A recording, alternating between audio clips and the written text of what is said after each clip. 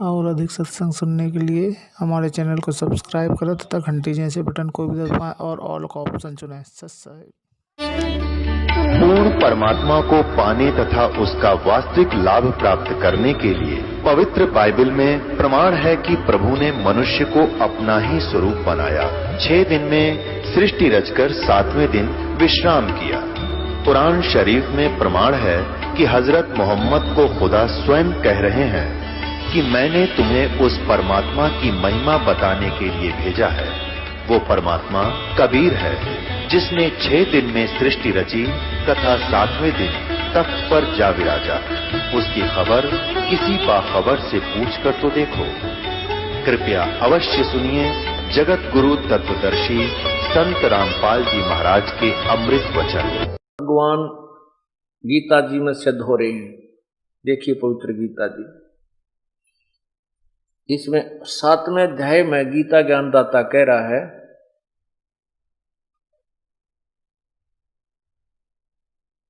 नीचे आइए 24वें श्लोक में कहते हैं, बुद्धिहीन पुरुष मेरे अनुत्तम माने घटिया अविनाशी परम भाव को नहीं जानते, अव्यक्त मन इंद्रियों से परे मुझ सच्चिदानंद घन परमात्मा को ये माम माने मुझ को व्यक्ति भाव में प्राप्त हुआ मानते हैं। अव्यक्तम माम अव्यक्तम, मुझ अव्यक्त को, मैं किसी के सामने नहीं आता। अव्यक्त का अर्थ होता है मैं किसी के सामने प्रकट नहीं होता, गुप्त रहता हूं। मुझे व्यक्ति भाव में आया हुआ मानते हैं। ये मूर्ख लोग मुझे कृष्ण मान रहे हैं, मैं कृष्ण नहीं हूं। स्पष्ट क्या है? मैं अव्यक्त रहता हूं। अव्यक्त का अर्थ क्या होता है? जैसे सूर्य बादलों के पीछे हो, बादल छाए हों, तो उसमें सूर्य हमें दिखाई नहीं देता लेकिन बादलों के पार विद्यमान है। वो अव्यक्त है, वो प्रगट नहीं है, वो व्यक्त नहीं है, वो हमारे सामने दृश्यमान नहीं है। अदृश्य को अव्यक्त कहते हैं। तो ये कहते हैं कि यो काल कहता है कि मैं भी अव्यक्त हूं और मुझ अव्यक्त को ये व्यक्ति आया हुआ मानेंगे। ये कृष्ण सोच रहे होंगे मैं कृष्ण नहीं हूं, क्योंकि तो बोल कृष्ण में रहा था। अब 8वें अध्याय के अंदर अभी जो आपको बता रहे 18वें श्लोक में यही प्रमाण दे रहे हैं कि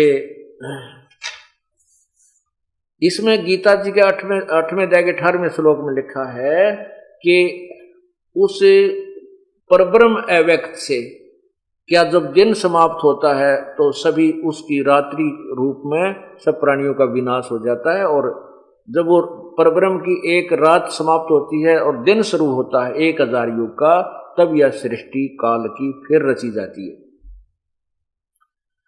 उस अव्यक्त, अब देखना बिल्कुल 2 मिनट में समझ में आ जाएगा जो मैं क्या समझाना चाहता हूं आप जी को। 8वां अध्याय 18वें पाओ, इधर यहां संपूर्ण चराचर भूतगण व्यक्त है।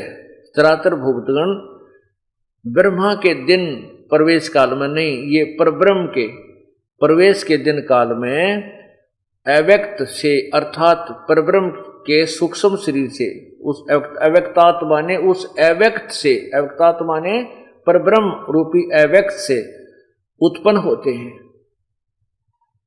और परब्रह्म की रात्रि के प्रवेश काल में उस अव्यक्त नामक, यहां परब्रह्म मानना पड़ेगा हमने, कि सूक्ष्म शरीर में ही लीन हो जाते हैं। आगे देखिए, हे पार्थ 19वां श्लोक, वही यह भूत समुदाय उत्पन्न होकर संस्कारवर्त के वश, प्रकृति के वश हुआ, रात्रि के प्रवेश काल में लीन होता है और दिन के प्रवेश काल में उत्पन्न हो जाता है। आगे देखना, ये 20 में क्या कहा है, परंतु उस अव्यक्त से परे जो दूसरा अव्यक्त है, दूसरा विलक्षण जो सनातन अव्यक्त भाव है, उस परम दिव्य पुरुष, वह परम दिव्य पुरुष सब भूतों के नष्ट होने पर भी नष्ट नहीं होता। क्या कहा है कि एक तो गीता ज्ञान दाता ब्रह्म ने, एक तो गीता ज्ञान दाता ब्रह्म ने 7वें अध्याय के 24वें श्लोक में बताया कि मैं भी अव्यक्त हूं, और मुझ अव्यक्त को ये व्यक्ति आप मैं व्यक्ति रूप में कृष्ण मान रहे, मैं कृष्ण नहीं हूं, मैं अव्यक्त रहता हूं। फिर 8वें अध्याय के 18वें श्लोक में बताया कि सभी प्राणी उस परब्रह्म रूपी अव्यक्त के दिन काल में तब प्रकट हो जाते हैं, रात्रि काल में जो 1000 युग का होता है उसमें वो लीन रहते हैं। फिर कहते हैं 18वें अध्याय के 20वें श्लोक में लिखा है कि परंतु उस अव्यक्त इस परब्रह्म से भी एक और अव्यक्त जो अविनाशी अव्यक्त भाव है, वो परम पुरुष परमात्मा तो सभी प्राणियों के नष्ट होने पर भी कभी नष्ट नहीं होता। देखो 8वें अध्याय का अध्याय 8 का ये 20 श्लोक देखो, परंतु उस अव्यक्त से भी जो परे यानी परब्रह्म से भी जो दूसरा अव्यक्त भाव पूर्ण परमात्मा है, जो सनातन यानी सदा रहने वाला अव्यक्त भाव है, वह परम दिव्य पुरुष सब भूतों के नष्ट होने पर भी नष्ट नहीं होता। अब 20-21 में देखो,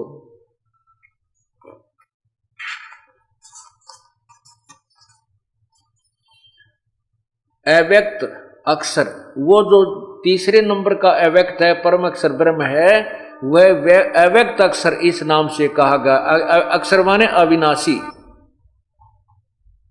अब इसमें क्या कहा है कि अव्यक्त अक्षर, वो उसको अक्षर माने अविनाशी, अविनाशी अव्यक्त इस नाम से कहा जाता है। उस अक्षर नामक अव्यक्त भाव को परम गति कहते हैं। ओए होए। और जिस सनातन अव्यक्त भाव को प्राप्त होकर मनुष्य वापस नहीं आते, वह मेरा परम धाम है। अब ये नीचे देखिए, हे परमात्मा, हे पार्थ, जिस परमात्मा के अंतर्गत, ओए होए, गीता ज्ञान दाता कहता है किसी और पूर्ण परमात्मा के विषय में, हे पार्थ, जिस परमात्मा के अंतर्गत सर्वभूत यानी प्राणी हैं, जिस सच्चिदानंद घन परमात्मा से यह संसार, यह समस्त जग परिपूर्ण है, वह सनातन अव्यक्त परम पुरुष तो अनन्य भक्ति से प्राप्त करने योग्य है। अब देखना, इसमें आपने 8वें अध्याय के 21वें श्लोक में एक शब्द पढ़ा है कि वो मेरा परम धाम है।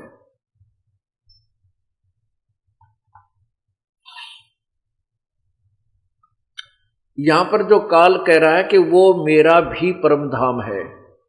अब कहने का भाव है कि यो काल भी उस सतलोक से ही यहां आया है और हम भी वहीं से आए हैं।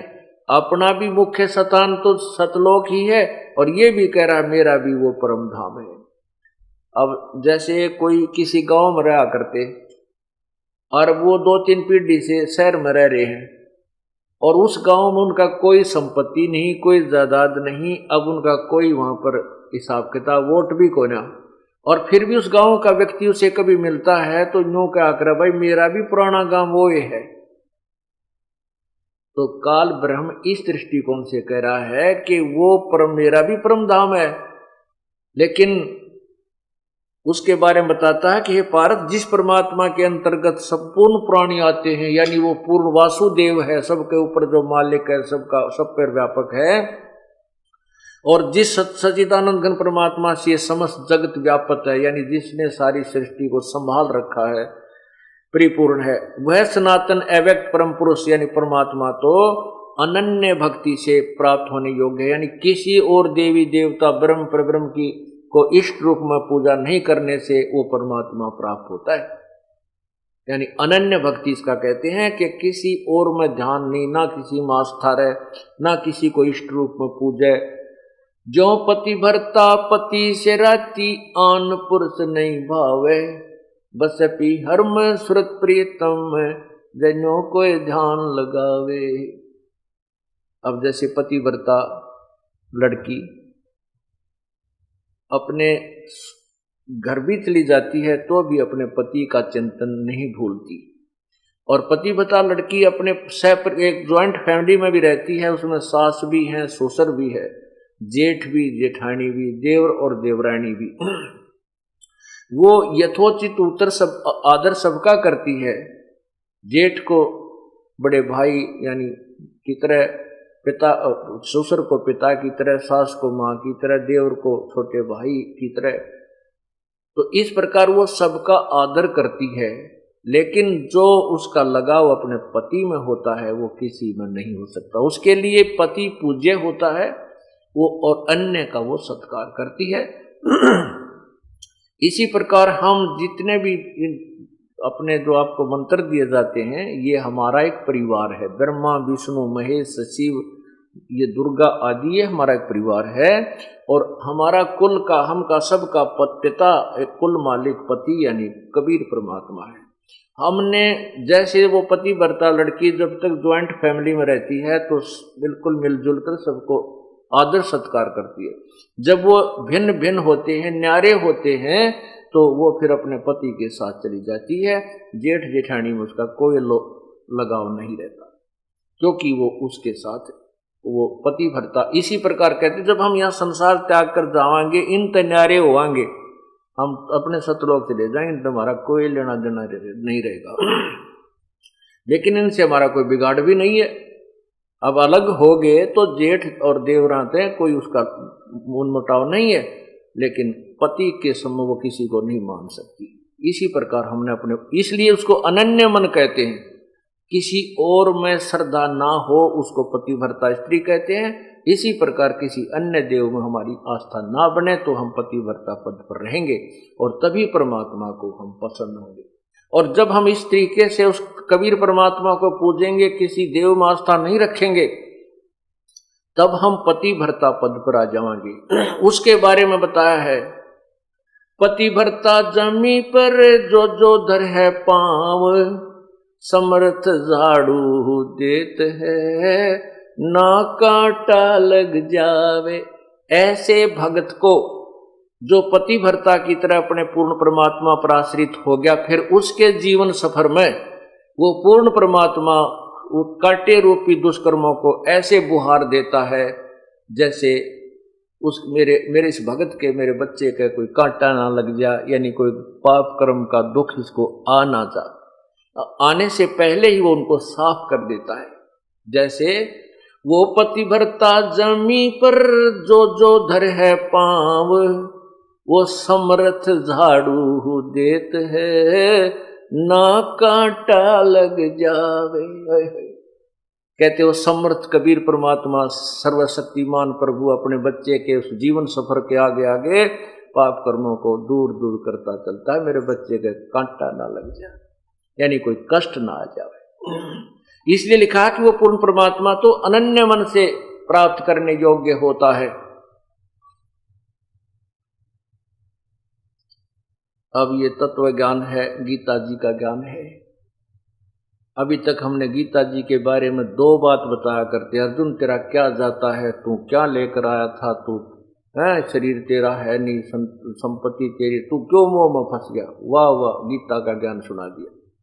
गीता जी का ज्ञान तो ये है जो आपके समक्ष आ रहा है, उसको गीता जी का सार कहा करते हैं। 4 लाइनों को गीता जी का सार समझने में तो जोटा लगेगा पूरा, यानी पूरा समय लगेगा, और ये समझवाने के बाद फिर आपको सब ज्ञान फीका लगेगा। इसको तत्व ज्ञान कहते हैं। और ज्ञान सब ज्ञानड़ी, ये कबीर ज्ञान सो ज्ञान, जैसे गोला तोब का भाई, करता चले मैदान। अब ये तोब का गोला है कबीर परमात्मा का तत्व ज्ञान। अब देखना ये पूरे विश्व में छावेगा, और एक बार फिर देख लेना इस कलयुग के अंदर सतयुग जैसा एक माहौल बन जाएगा। क्योंकि हम जो धन इकट्ठा करना चाहते हैं, सेठ बनना, साहूकार बनना चाहते हैं, दूसरे न लूट कर, रिश्वत करके, 2 के 20 बनाकर, डाके मार कर, कभी नहीं बन सकते। दूना पाप कमाते हैं, और जो किस्मत में लिखा उससे ज्यादा प्राप्त नहीं कर सकते। यदि मान लीजिए आपने किसी ने चोरी चप्पा करके 2 के 20 बनाकर 2-4 लाख इकट्ठे भी कर लिए, 1-2 लाख रुपया कमा लिया, कोई बालक बीमार हो जाएगा बच्चा, वो 4 लाख लग जाएंगे और वो बच्चा भी मर गया। आगे बराबर है। अब ये कबीर परमात्मा आपको वो धन देगा जो आपकी किस्मत में भी नहीं है। आपके ऊपर आपका कोई भयंकर बीमारी है, लाखों रुपये लगने हैं, परमात्मा आपको वैसे ही ठीक कर देगा। आपको वो बच गए पैसे, और वो पाप कमा कमा के तब पाप तो कमा सकते थे लेकिन पैसा नहीं कमा सकते। अब मैं आपको उस परमात्मा कैसे कृपा करता है, 1-2 भक्त का उदाहरण देता हूं। अब देखिएगा, ये एक भक्त है धर्मचंद शर्मा, 718 शक्ति नगर बठिंडा पंजाब से आए हुए हैं वो धर्मचंद जी। वो कहाँ एक बार कृपा खड़े होकर के अपने भक्त भाइयों को दर्शन दे, वो सामने खड़े हुए, वो सामने हाथ जोड़े खड़े हैं। ये धर्मचंद जी शर्मा हैं, बठिंडा से आए हैं। इन्होंने पहले 30 वर्ष से एक पंथ से नाम ले रखा था जो 5 नाम देते हैं, निरंकार, ओंकार, ज्योत निरंजन, सतनाम, सोहम, ये 5 नाम वाले ग्रुप थे, ये नाम ले रखा था। उसके बाद इन्होंने हमारे ज्ञान का पता लगा, ये बरवाड़ा आश्रम में आए। अब 4-5 वर्षों से हमारे साथ जुड़े हुए हैं। ये अपने साथ परमात्मा का एक करिश्मा जो बीता है वो लिख रहे हैं, मैं आपको पढ़ के सुनाता हूं। ये भक्त आपके समझ खड़ा है, बैठ जाइए जी।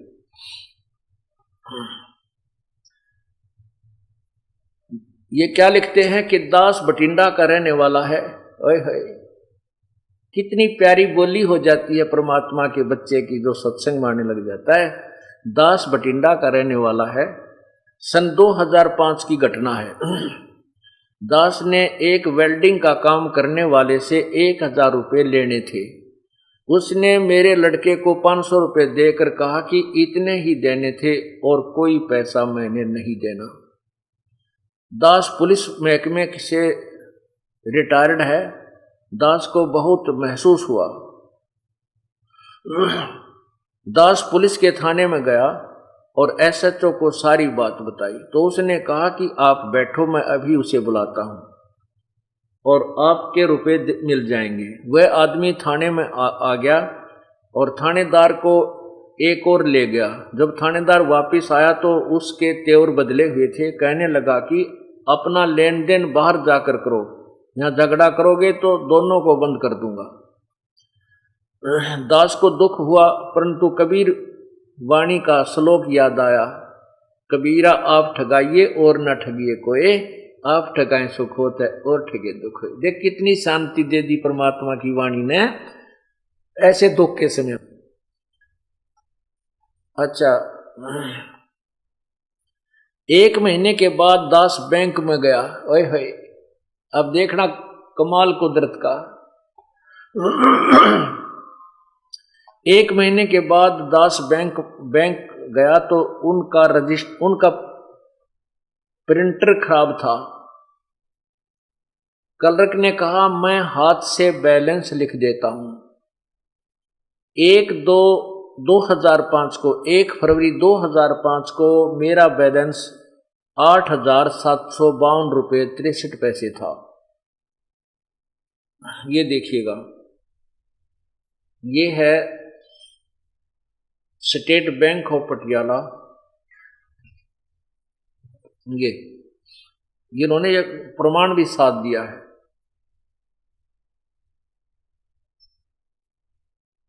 ये है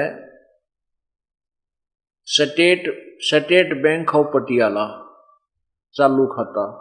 अब इसमें क्या दिखाया है ये देखिएगा। ये है, नीचे देखना,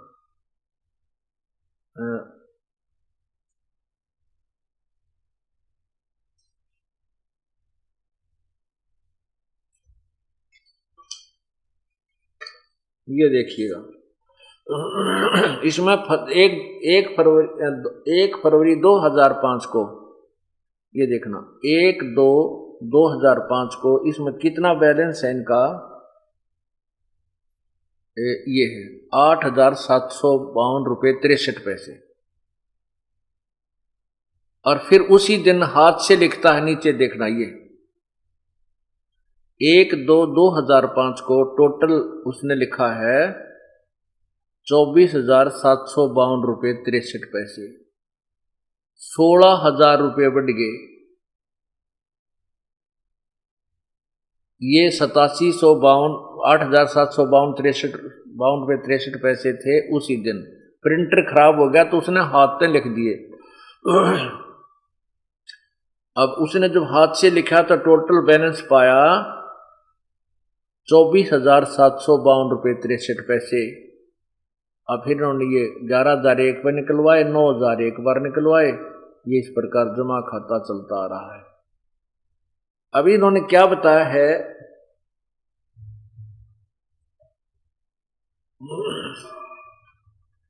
कि 1/2/2005 को मेरा बैंक बैलेंस 8,752.63 था। 1/2/2005 को ही फिर हाथ से लिखा 24,752.63 था। बंदी छोड़ की कृपा से 16,000 रुपये मेरे खाते में बढ़ गए। बोलो सतगुरुदेव की जय। कबीर वाणी पढ़कर यानी अपने शब्द को जीवन में उतार लें तो लोक सुखी परलोक सुखी हो जाएगा। गुरुदेव को दंडवत प्रणाम। अब पुण्यात्माओं, ये तो एक जैसे वो कहते हैं ना, ट्रेलर है भगवान का, ट्रेलर। यदि हम और ज्यादा दृढ़ता से इसकी तरफ लगेंगे तो ना जाने के तक ही कर देगा। अब उन बैंक वाले का भी बैलेंस पूरा उस मालिक ने कराया। अब ये परमात्मा जो चाहे सो कर दे 1 मिनट में। अब आपने देखे होंगे जादूगर मिट्टी हाथ में उठाकर रुपया बना दे चांदी का। वो तो छोटे मोटे जादूगर अस्थाई, और ये परमात्मा उन जादूगरों का भी जादूगर है। ये सारी सृष्टि उस जादूगर ने रच रखी है। और वो ना जाने के बना दे, इस मिट्टी का सोना बना दे, सोने का पहाड़ बना दे, पत्थर का पहाड़ बना दे। अब आपको एक कथा और सुनाता हूं, परमात्मा क्या करता है। ये है भक्त राजकुंवर दास पुत्र श्री दलीप सिंह काद्यान, एक्स सूबेदार, गांव मांगावास, तहसील बेरी, जिला झज्जर का निवासी हूं। वो कहाँ है भक्त जी, एक बार खड़ा हो जाए। ये देखो, ये सूबेदार साहब खड़े हैं, श्री राजकुमार दास पुत्र श्री दलीप सिंह काद्यान, गांव मांगावास, तहसील बेरी, जिला रोहतक। अब इनके बारे में मैं आपको सुनाता हूं, जिन्होंने अपनी आप बीती मुझे लिख कर दी है। आप कृपा बैठ जाए।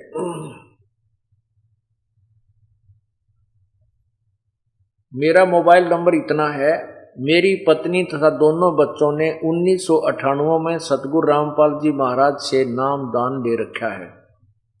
उनके द्वारा लाई गई पुस्तक परिभाषा प्रभु की मेरे घर में रखी थी। मैंने इस पुस्तक को ध्यान से पढ़ा। मुझे ज्ञान हुआ कि भक्ति मार्ग में विकार बाधक है। मैंने भी सभी विकार त्याग कर सन 2005 में गुरुदेव की शरण में ग्रहण कर ली। भक्ति जारी रही, सब कुछ ठीक ठाक चलता रहा। मैंने मई 2007 में बाहरी दिल्ली में रिलायंस में सेवा ग्रहण की, वहां नौकरी करने लग गई है। अचानक 18 फरवरी 2008 को मेरी जांघ में बड़ा सा सख्त फोड़ा अनुभव हुआ। 19 फरवरी 2008 को मैंने सत्यवादी राजा हरिश्चंद्र अस्पताल नरेला में जांच करवाई। डॉक्टर साहब ने फोड़ा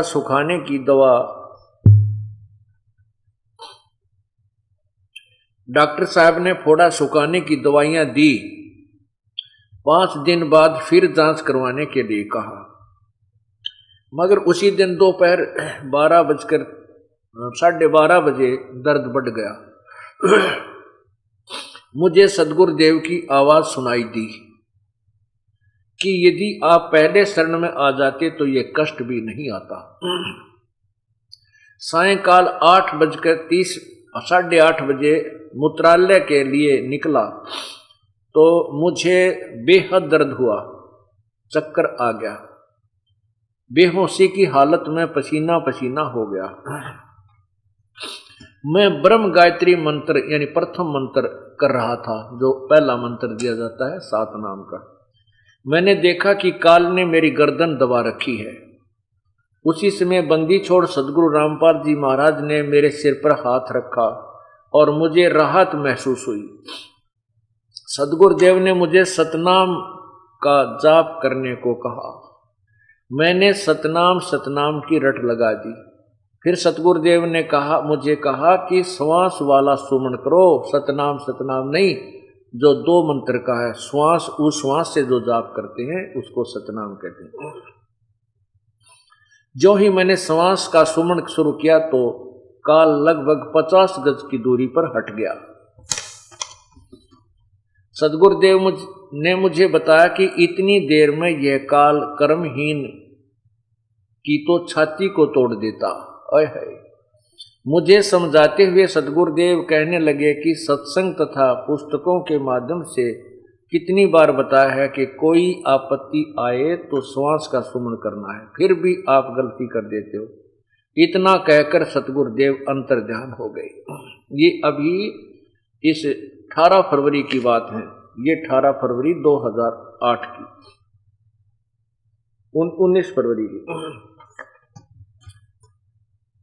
नरेश सन्नोप श्री जयसिंह गांव बिरधाना झज्जर और सुरेंद्र सन्नोप श्री उमराव सिंह गांव करौली रेवाड़ी ने मुझे बेहोशी की हालत में चारपाई पर लिटा दिया। थोड़ी देर बाद जब मुझे होश आया तो मेरा दर्द गायब था।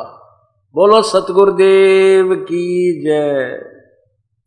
मैंने सतगुरुदेव को लाख लाख धन्यवाद किया। थोड़ा सा खाना खाया और सो गया। सुबह 20 फरवरी 2008 को उठा तो फोड़ा फूट चुका था। उसी दिन अस्पताल में डॉक्टर को जाकर दिखाया तो पूरा वृत्तांत बताया। डॉक्टर हैरान थे। उन्होंने वरिष्ठ डॉक्टरों को भी बताया, जांच की तथा बची हुई दवाइयां वापस जमा करके छुट्टी कर दी। यह सब राहत बंदी छोड़ सदगुरु रामपाल जी महाराज की असीम कृपा से संभव है। मुझे जीवन दान मिला। सत साहिब। पुण्यात्माओं,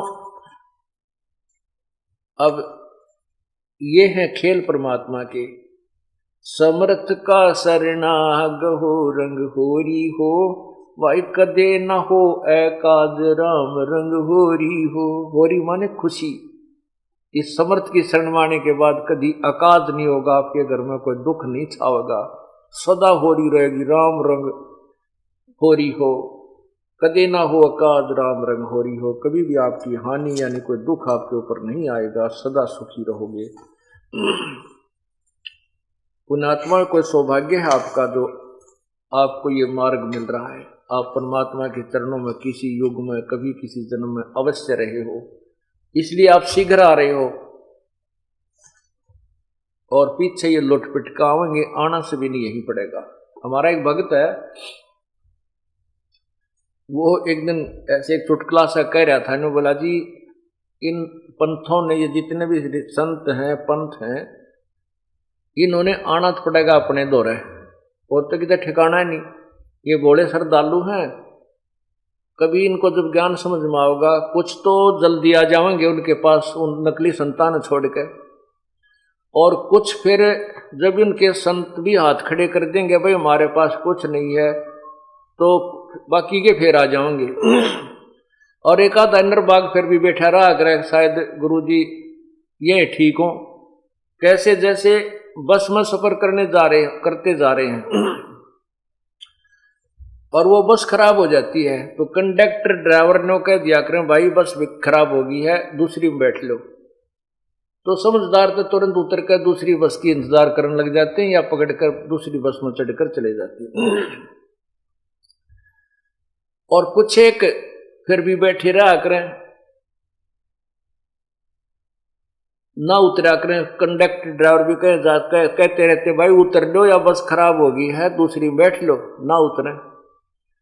और कुछ उतर जाए फिर भी ना उतरे, कुछ एक उसमें से शेष जब उतरा करे तो ड्राइवर और कंडक्टर भी उतर कर दूसरी बस में चढ़ ले, जब उतरा करें खराब बस में थे। बोला ये जो समझदार हैं वो दूसरे पंथाड़े तो शीघ्र आ जाएंगे, संकेत समझ दे अज्ञा बस तो खड़ी है चलती कोई ना। और कुछ फिर ये संत हाथ खड़ा कर देंगे थोड़े दिन में, भाई हमारे द्वारा पूरा तत्व ज्ञान नहीं है, किसी और के पास होता बेशक जाइयो। बाकी समझदार नु आ जाएंगे। और शेष जो कति अनाड़ी हैं वह जब आ लेंगे, जब उनके गुरु जी भी यहीं पर आ लेंगे। बोलो सतगुरुदेव की जय। परम पिता परमेश्वर सारी सृष्टि के रचनहार कुल मालिक कबीर बंदी छोड़ की असीम रजा से ये सत्संग प्रारंभ हुआ और इसके अंदर जो पुण्यात्माएं लाभ उठा रही हैं उनके ऊपर भी प्रभु की असीम कृपा है।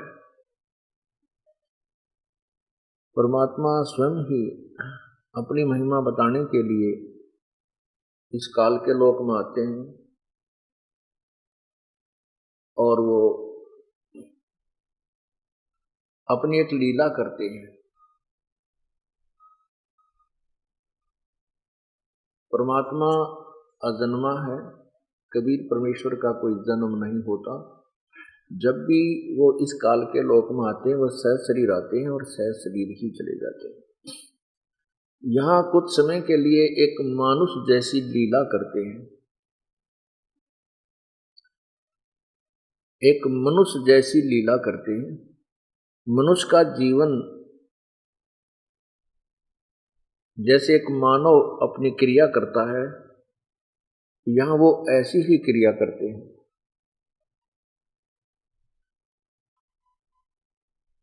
तो उस समय हम उसको केवल एक मनुष्य जान लेते हैं, हम उन्हें भगवान नहीं मानते।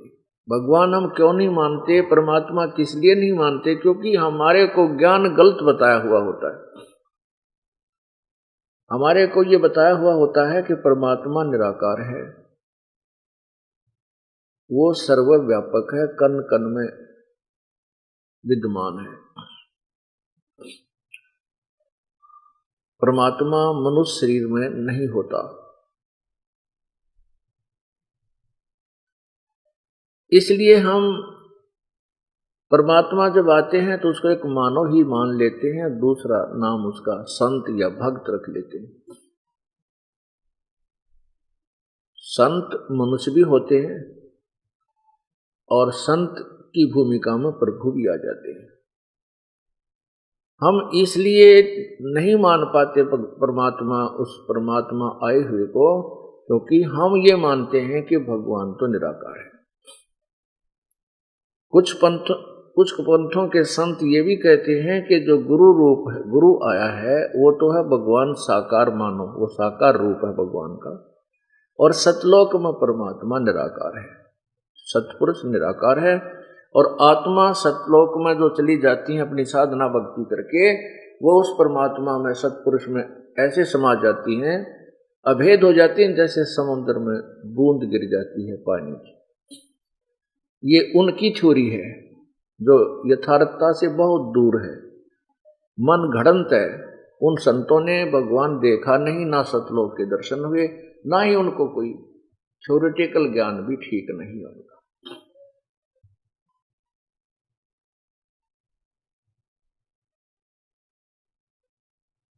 आज जो ये समागम समापन हो रहा है, जो 14 जून से प्रारंभ हुआ था, ये उसी उपलक्ष्य में है। आज के दिन ज्येष्ठ सुदी पूर्णमासी, जेठ उतरते की पूर्णवासी को सुबह ब्रह्म मुहूर्त में, अर्थात सुबह के 4 बजे के आसपास, वो परम पिता परमेश्वर पूर्ण ब्रह्म सारी सृष्टि के रचनहार कबीर देव, कबीर साहब, कबीर प्रभु अपने सतलोक को त्याग कर सह शरीर इस मृतलोक में प्रकट हुए थे। उन्होंने बनारस के अंदर, जिसे काशी शहर भी कहते हैं, वहां एक लहर तारा नामक तालाब के अंदर एक कमल के फूल पर एक नवजात शिशु का रूप धारण किया था।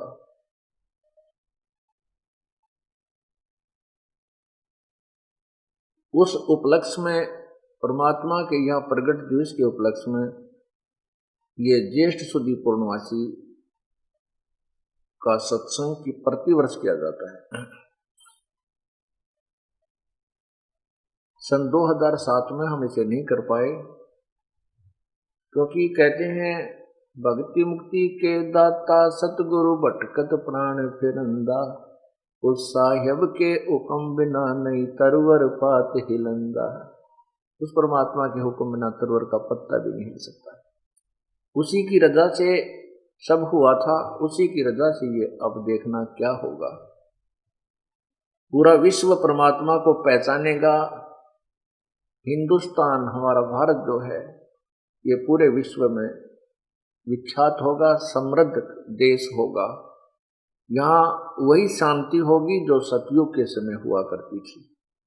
आपसी राग द्वेष, लड़ाई झगड़े, ये मार काट, पैसे के ऊपर इंसान कति शैतान हो लिया, ना बाण भाई का प्यार रहा, ना माता पिता की श्रद्धा, केवल एक पैसा पैसा नजर आता है। और ये तत्व ज्ञान के बिना ये जीव इस बुराई को त्याग नहीं सकता। और तत्व ज्ञान हो जाने के उपरांत ये प्राणी, जैसा कि आपने कल पवित्र गीता जी में सुना था 7वें अध्याय के 29वें श्लोक में, कि तत्व ज्ञान से परिचित होने के उपरांत और तत्ब्रह्म यानी उस परम अक्षर ब्रह्म पूर्ण परमात्मा की महिमा और सतलोक में के सुख से परिचित, यानी तत्व ज्ञान के द्वारा पूरा ही वर्णन दिया जाता है कि तुम यहाँ इस मृतलोक में कितने कष्ट उठाते हो, जन्मते हो, मरते हो, जन्मते हो, मरते हो, कितना पहाड़ जैसा कष्ट आप उठा रहे हो, और सतलोक में जाने के बाद फिर तुम्हारा जन्म मृत्यु सदा के लिए समाप्त हो जाएगा। वहां फिर हम ऐसे ही रहा करेंगे जैसा यहाँ रह रहे। ये तो डुप्लीकेट माल है, यहाँ का जो जीवन है, यहाँ की पृथ्वी है, यहाँ के जो सुख हैं, ये तो बिल्कुल 3rd क्लास 4th क्लास कह जाओ, वो माल भी नहीं है। उस सतलोक के जो सारा सुख है, सतलोक के अंदर जो आहार है, बाग बगीचे हैं, पहाड़ हैं, सब कुछ झरने बह रहे हैं, वहाँ बिना बादल के फुहार पड़ रही होती हैं। यानी जो सुख हम यहाँ आर्टिफिशियल फुहारे पूरे लाका या वैसे प्राप्त करते हैं, वो वहाँ सदा बना रहता है। वहाँ कभी मृत्यु नहीं होती। सतलोक में जाने के बाद कभी मृत्यु नहीं होती। अब यहाँ हमसे आज कितने बड़े सेठ हैं, चाहे कितनी फैक्ट्री डालने से हम राष्ट्रपति बने हुए हैं, लेकिन मृत्यु होगी। ये सुख रह नहीं सकता, अस्थायी, अक्षणिक, ये परिवर्तनशील है। और वहाँ कांस्टेंट है, सदा रहने वाला शाश्वत सुख है। तो जब हमें ये पता चलेगा कि ये जो हम लूटा लुटी खसोटी कर रहे हैं, या पैसे के ऊपर हम कुछ भी करने को तैयार हो जाते हैं बुरे कर्म को, फिर ये ज्ञान हो जाएगा कि जो हम 2 नंबर से पैसा इकट्ठा करते हैं किसी भी कारण से, चाहे चोरी से, ठगी से, लकोक है, या कोई और मिलावट में लूट करके, रिश्वत आदि ले करके, वो पैसा हमारे लिए एक बहुत बड़ा दुखदाई होगा। और हो सकता है उसके कारण हमारे घर में कोई ऐसी बीमारी लग जाए तो वो पैसा जो हमने दूर दूर से जोड़ कर इकट्ठा किया वो भी चला जा, और वो बच्चा भी मर जाए जिसके लिए हम उसको सुखी करने के लिए और दुनिया को लूट लूट कर धन जोड़ रहे थे। क्योंकि प्रभु का विधान है कि भाग्य के बिना जितना भी आपकी किस्मत में है उससे ज्यादा नहीं मिलेगा और कम भी नहीं रहेगा। ये तो है एक कॉमन रूल प्रभु का, साधारण सामान्य कानून है। तो ये कानून अटल है। कब तक अटल है? जब तक पूर्ण परमात्मा की शरण नहीं मिलती। तो जब तक पूर्ण परमात्मा की शरण, पूर्ण संत नहीं मिलता, तब तक तो ये फाइनल है कि जितना भी तेरे भाग्य में है उतना ही मिलेगा, ज्यादा नहीं मिलेगा। यदि आप इधर उधर की करके ज्यादा बना भी लोगे, आपने 1 लाख 2 लाख रुपये इकट्ठे कर भी लिए, आपके घर में कोई इसी घटना घट जाएगी, क्या तो पत्नी बीमार हो जाएगी, क्या स्वयं बीमारी आ जाएगी, कोई बालक बीमार हो जाएगा, या कोई बिजनेस में घाटा हो जाएगा, या कोई रिश्तेदार पैसे ले जाएगा, दे को नहीं, फिर दुश्मन भी बन जाएगा। और वो पाप जो पाप आपने किए उस 2 नंबर से धन प्राप्त करने के लिए, वो पाप आपके पास चौकस रह गए, वो नहीं घटते, वो नहीं जाते, वो आपको ही भोगने पड़ेंगे। तो इस तरह का ज्ञान तत्व ज्ञान से हो जाता है। फिर ये प्राणी दूसरे का धन लेना, चोरी करना, ठगी करना, हेराफेरी करना एक विष समझेगा, विष जैसे जहर होता है।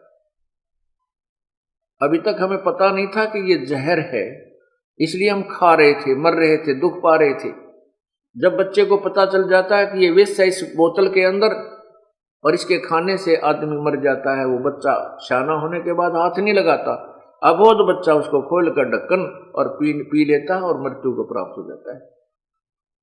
तो जो हम कर्म कर रहे हैं तत्व ज्ञान के अभाव से, जो हम पाप कर रहे हैं, फिर हमारे को ये दूर खड़े दिखाई देंगे, ये वो विष की बोतल की तरह नजर आएंगे, इलेक्ट्रिसिटी यानी बिजली के नंगे तार की तरह नजर आएंगे कि इनका हाथ लगते ही मर जाएंगे। थोड़ा कम करो।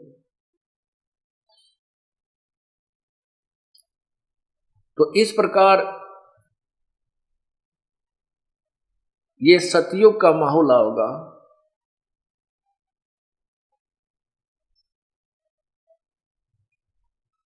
अब आप सत्संग में आते हैं, देख रहे हो, मैं तो विशेषकर देख रहा हूं कि जब से इस दास ने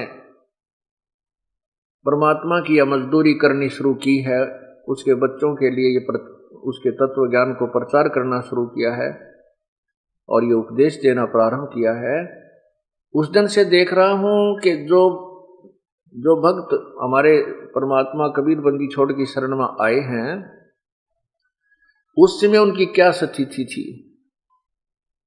शुरुआत में तो वही आए हैं जो केवल बीमार थे, रोगी थे, किसी का घाटा हो रहा था, क्या में बरकत नहीं थी, पशु मर जावे थे, किसी की फसल खराब हो जाती, किसी का ट्यूबवेल ना लग गया था, किसी की भैंस के थन बिगड़ जाए थे।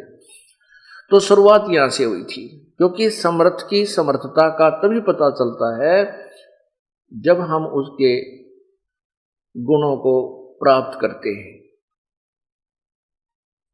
जैसे हम परमात्मा के विषय में सुना करते थे, प्रभु ये कर देता है, प्रभु निर्धन को धनवान बना देता है, परमात्मा रोगी को स्वस्थ कर देता है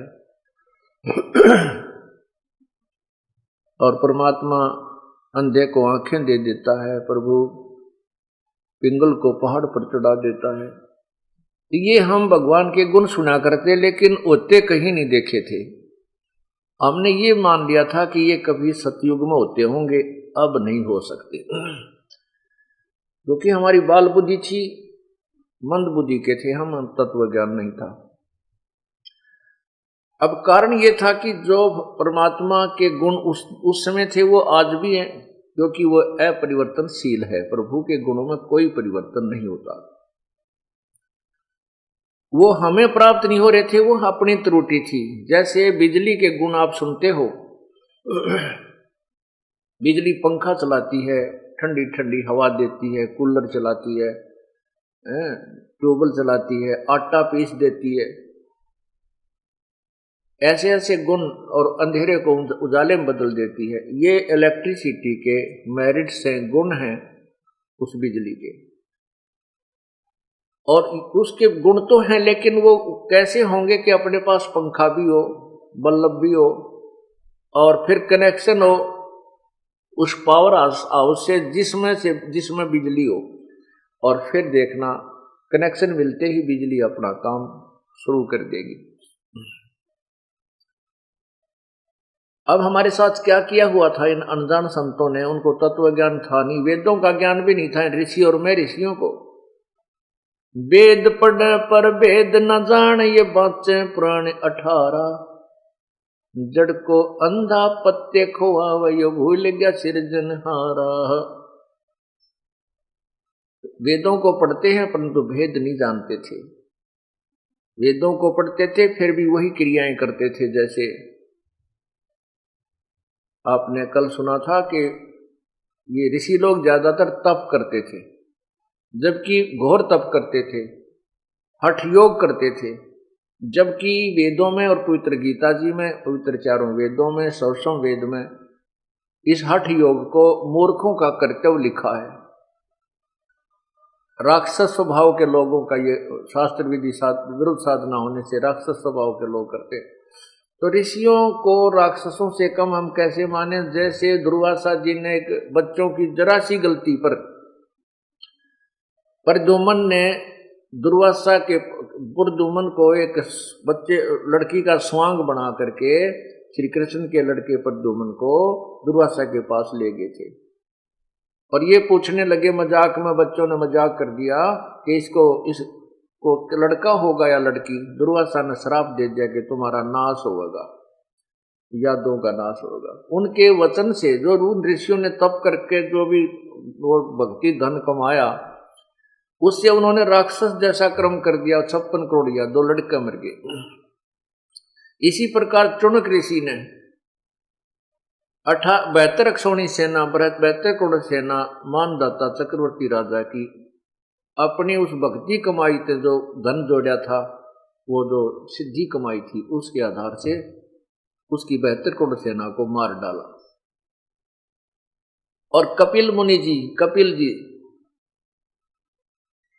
वो एक बार साधना कर रहे थे बंगाल की खाड़ी में,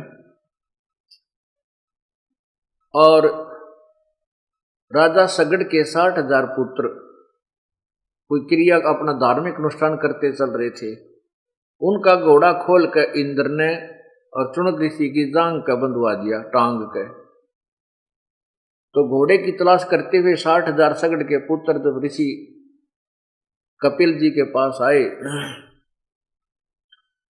तो उन्होंने उस ऋषि के ऐसे शरीर में, काखों के इस कंधों के नीचे कोख में भाले गाड़ दिए।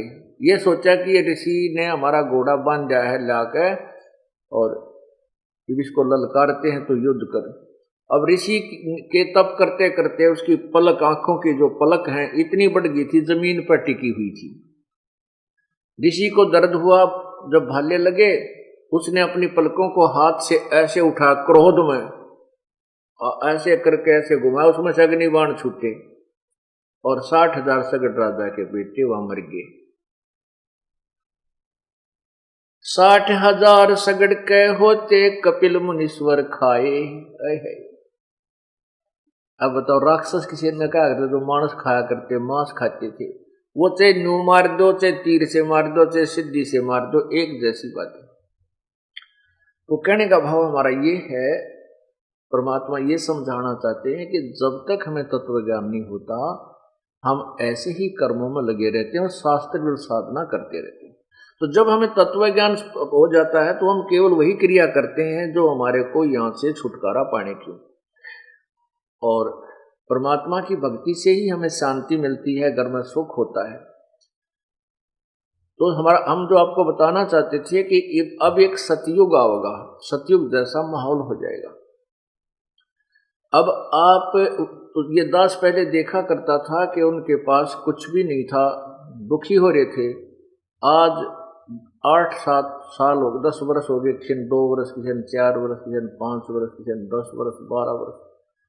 आज परमात्मा ने उनकी वह मौज कर रखी है कि गांव में उंगली टिकती है कि ये घर इनका पता नहीं कहां से धन आता है। अब हमारे साथ ये बच्चे जेल में थे, 2 लड़के यहां से थे, गुराना थे, दोनों भाई और दोनों जेल में। तो परमात्मा अपने बच्चों के साथ रहता है। एक भाई तो 4-5 महीने के बाद जमानत होगी, दूसरा हमारे साथ आया और प्रभु ने यहाँ उनके ऐसी मौज कर रखी थी, जो पहले काम चला था उससे 21 मौज होगी, 21। और हिम्मत देख उन बाण बेटियों की, उनकी माता जी की, दोनों बेटे जेल में, और मुलाकात करने जाती थी जब न्यों क्या करती कि तुम हार गए हो ना जेल में, तुम उकता गए हो तो बाहर आ जाओ, हम आ जाएंगे जेल में थारे स्थान पे। एक दिल एक तो न्यों जाकर रो है नाश हो गया, है नाश हो गया। एक ये हिम्मत दिया उन बेटियों ने, उनकी माँ ने, अब तुम हार गए हो ना, काली मान रहे हो तो तुम बाहर आ जाओ, हम तुम्हारे स्थान पर गुरु जी के साथ आ जाओ रहेंगे। कहने का भाव यह है कि प्रभु ने नो पेटा पर रखा है कि वो साथ रहता अपने बच्चों के। तो लोग गांव वाले कहने के, आसपास के लोग ये कहने लगे भाई इनका धन कितना हुआ इतना, ये मजाक करने लगे, ये कहने लगे कि ये आश्रम में सोना बताओ थे 30 किलो, वो इनका हाथ लग गया 1-2 किलो ये वहां से ले रही। अब उन लोगों की सोच तो इतनी है, इससे आगे वो सोच नहीं सकते क्योंकि ज्ञान उन्हें सुना को नहीं। तो ये भक्त कहते हैं बात तो थारी ठीक से भाई, सोना ताव है आश्रम में थे, पर जिस तरह तुम कह रहे हो ऐसा नहीं आता, वो तरीका और है भगवान का देने का। अब ये इस प्रकार जब हमारा भगवान ठाठ करेगा, हमने चोरी की क्या आवश्यकता पड़ेगी, क्या झूठ बोलने की आवश्यकता पड़ेगी। जैसे आपने कल उस भगत की कहानी सुनी कि 16,000 रुपये बैंक में बढ़ गए। ये तो जैसी हमारी श्रद्धा बढ़ेगी उतनी बढ़ा देंगे। और कैसे बढ़ जाते हैं, जैसे एक बहन, एक बेटी आ रही है यहां से, डराना की लड़की है वह, और गतौली ब्याह रखी है, उसका नाम है परमिला। वो कहाँ बैठी है बेटी, एक बार खड़ी हो है या खड़ी, इसको ब्रेन ट्यूमर, वो आपकी रिपोर्ट किस बेटी, एक बार ये लाइयो बेटा, इस बेटी का ब्रेन ट्यूमर होगी, और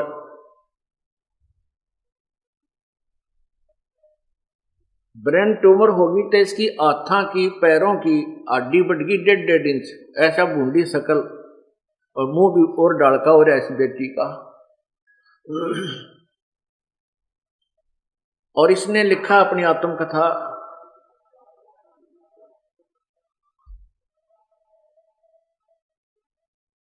ये इसके एक्सरे हैं, ये ढेर सारे तो एक्सरे तुरवा रखे बेटी ने,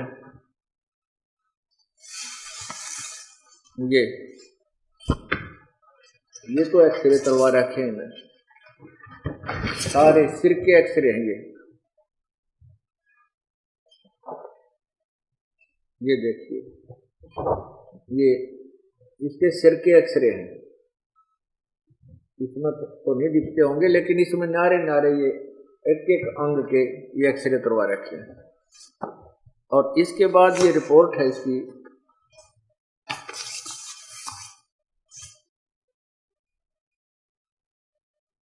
ये रिपोर्ट है, ढेर सारी।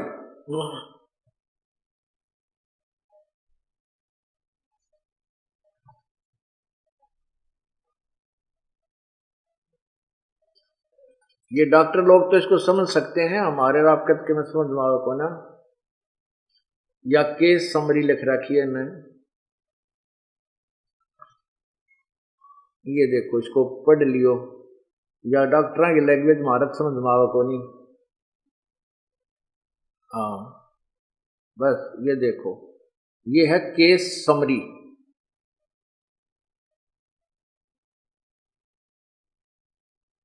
ये पैरों के अंदर जो है ना,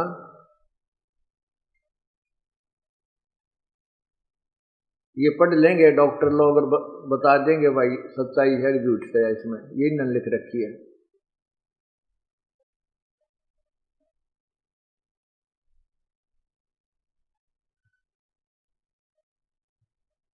ये है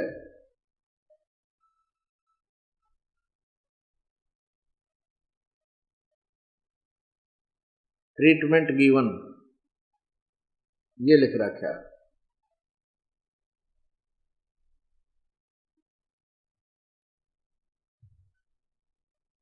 ये इसका नाम है बेटी का, पूरा एड्रेस इसके ऊपर, ये देखिएगा।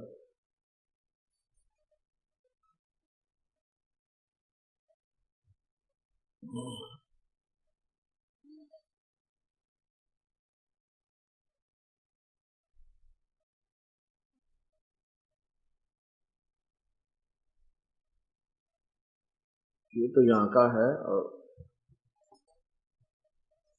ये बहुत से ऐसे हैं इसके अंदर, बहुत ज्यादा, कई कई हॉस्पिटलों में दिखा रहा है किसी बेटी ने।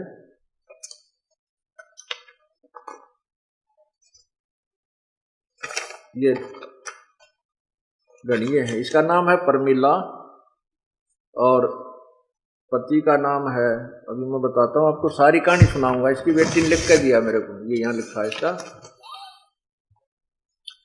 मैं परमिला पत्नी सुखबीर सिंह मलिक, गांव गतौली, और बेटी महेंद्र सिंह काजान, गांव डराना। मेरे को खतरनाक बीमारी लगी, ब्रेन ट्यूमर की। मेरे हाथों की उंगली में उंगली बढ़ गई और पैरों के साइज बढ़ गया, पूरे शरीर की हड्डी बढ़ गई 1.5 इंच। अब खुद अंदाजा लगाओ, अगर किसी के शरीर की एक हड्डी थोड़ी सी भी बच जाए, उसको कितना दुख होता है और कितना दर्द होता है। इतना दर्द होता था कि कई बार तो सहन नहीं होता था और बेहोश होकर गिर जाती थी। दिल की धड़कन बढ़ जाती थी तो श्वास का आना मुश्किल हो जाता था। बीपी इतना ही हो जाता था कि पता ही नहीं चलता था कि क्या क्या कह रही हूं, क्या नहीं। चक्कर आकर गिर जाती थी। कहीं भी घरवाले आते तब उठाते और डॉक्टरों का कहना था कि इस बीमारी में आंखें चली जाती हैं, शरीर की आकृति बढ़ जाती है, शरीर झूठा भी पड़ जाता है। ऑपरेशन करवाओगे तो 3-4 लाख रुपए लगेंगे और गारंटी, बचने की गारंटी 100 में से 1% है।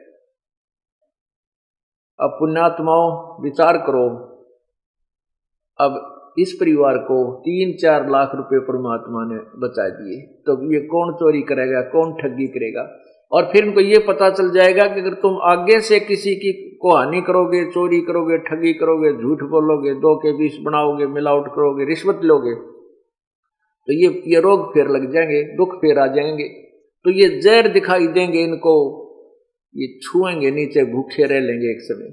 तो इस प्रकार जब हम एक दूसरे को, हमारे को जब इतना ज्ञान हो जाएगा, हम पाप कति त्याग जाएंगे और लूटना तो दूर है, लूटा करेंगे, क्योंकि हमें यह भी ज्ञान हो जाएगा कि दान धर्म करने से हमारे जो पाप भी नष्ट होते, कुछ कम होते हैं, और दान से ही हमें लाभ होता है, परमात्मा की प्राप्ति में सहयोग मिलता है।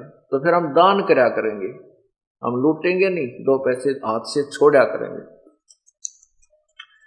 तो 3-4 लाख रुपए लगेगा और बचने की 100 में से 1% भी नहीं कह सकते कि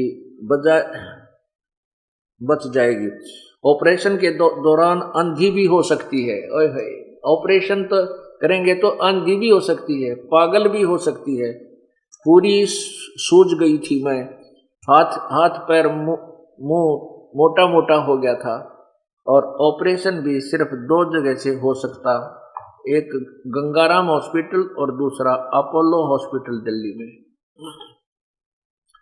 तब मेरे पापा ने गुरुजी के चरण पकड़कर रोए कि आप क्या नहीं कर सकते।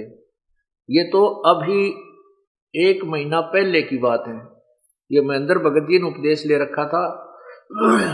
ये आकर के कहा, जी आप हम तो गरीब आदमी ना, ये पैसा भी चल किसी पे ले दे कर लाजा, बच्चन की आस नहीं है, छोरी की जिंदगी बर्बाद होगी।